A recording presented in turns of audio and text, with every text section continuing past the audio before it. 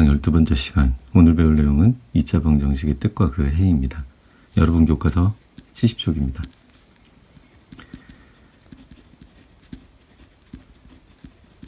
여러분 2차 방정식이 뭘까요?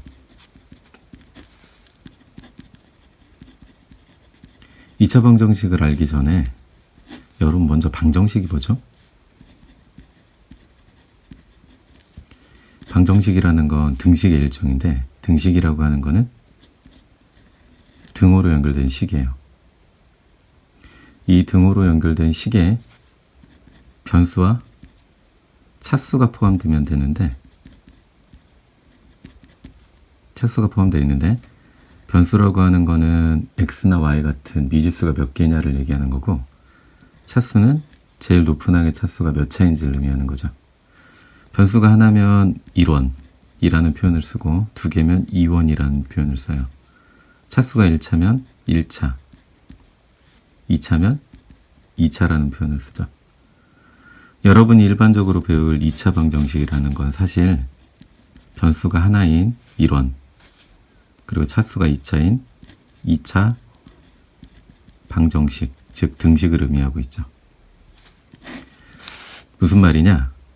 예를 들면 2x 플러스 1은 0, 등식이라고 했기 때문에 등호로 연결되어 있죠.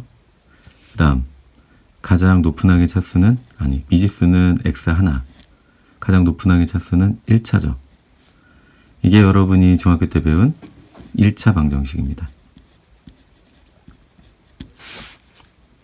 2x의 제곱 플러스 3x 플러스 1, 이렇게 등호로 연결되어 있고, 미지수가 하나고 가장 높은 항의 차수가 2차인 i, 이런 i가 2차 방정식이 되겠죠. 자, 이 x의 값에 따라 이 식을 만족하는 값이 있을까요? 있겠죠? x의 값에 따라 이 식을 만족하지 않을 수도 있죠. 즉, 참이 되고 거짓이 될 수 있다는 얘기죠. x의 값에 따라. 이렇게 x의 값에 따라 참이 되고 거짓이 될 수 있는 식이 바로 2차 방정식인데, 참이 되는 x값을 구하는 걸 뭐라고 하죠?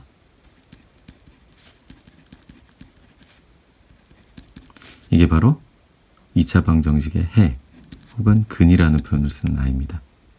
즉, 2차 방정식을 풀라는 얘기는 뭐냐? 이 식을 만족하는 x의 값을 구하라는 얘기입니다. 자, 다음 중 2차 방정식은 무엇일까요? 자, 1번을 보시죠.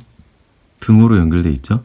그리고 이쪽으로 이항을 하면 x제곱 마이너스 4x는 0. 자, 2차 방정식인가요? 가장 높은 항의 차수가 2차이기 때문에 2차 방정식이 받겠죠. 두 번째 거, 등호로 연결되어 있나요? 등호가 빠졌죠. 그러니까 2차 방정식이 아니겠네요.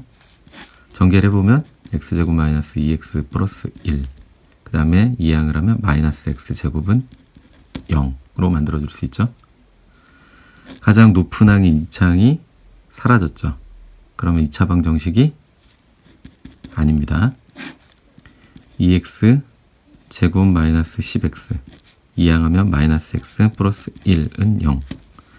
그래서 2x의 제곱 마이너스 11x 플러스 1이 되기 때문에, 1은 0이 되기 때문에 가장 높은 항의 차수가 2차, 그리고 등호로 연결되어 있기 때문에 2차 방정식이 맞겠네요.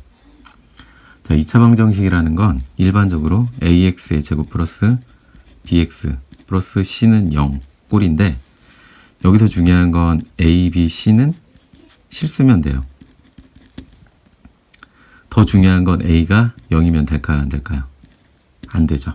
b는 0이어도 상관이 없죠. 왜냐하면 b는 가장 높은 항이 아니죠. 높은 항의 차수가 포함되어 있는 식이 아니기 때문에 b가 0인 건 상관없어요. c는 0이어도 상관없겠죠. 자, 이렇게 쓰시면 2차 방정식의 일반적인 형태가 됩니다. 자, 다음과 같은 문제가 있다고 해봅시다.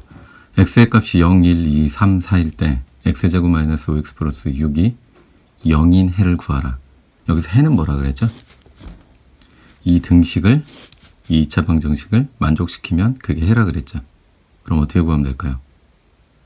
x의 값이 0, 1, 2, 3, 4라고 했죠.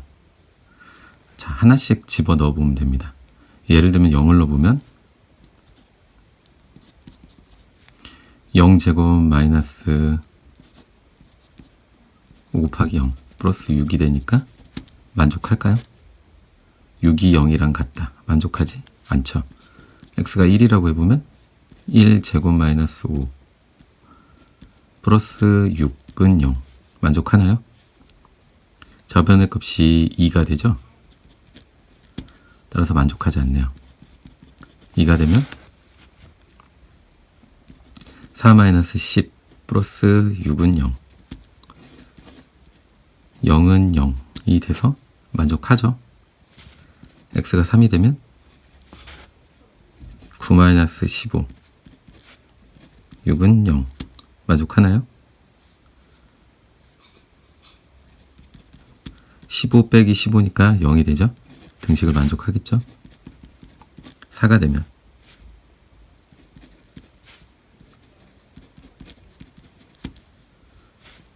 만족하지 않네요. 자, 이렇게 x의 값에 따라 만족할 수도 있고 만족 안 할 수도 있겠죠. 이렇게 만족하는 x의 값을 구하는 걸 2차 방정식을 푼다 라는 표현을 쓴다 그랬죠. 자, 방정식을 푸는 방법은 세 가지 정도로 요약해 볼 수가 있는데, 우리가 일전에 배웠던 인수분해를 해서 푸는 방법이 있을 수 있고, 두 번째, 완전제곱식이라는 걸 이용할 수 있어요. 자, 마지막으로 이 완전제곱식을 응용한 근의 공식이라는 걸 이용할 수가 있습니다.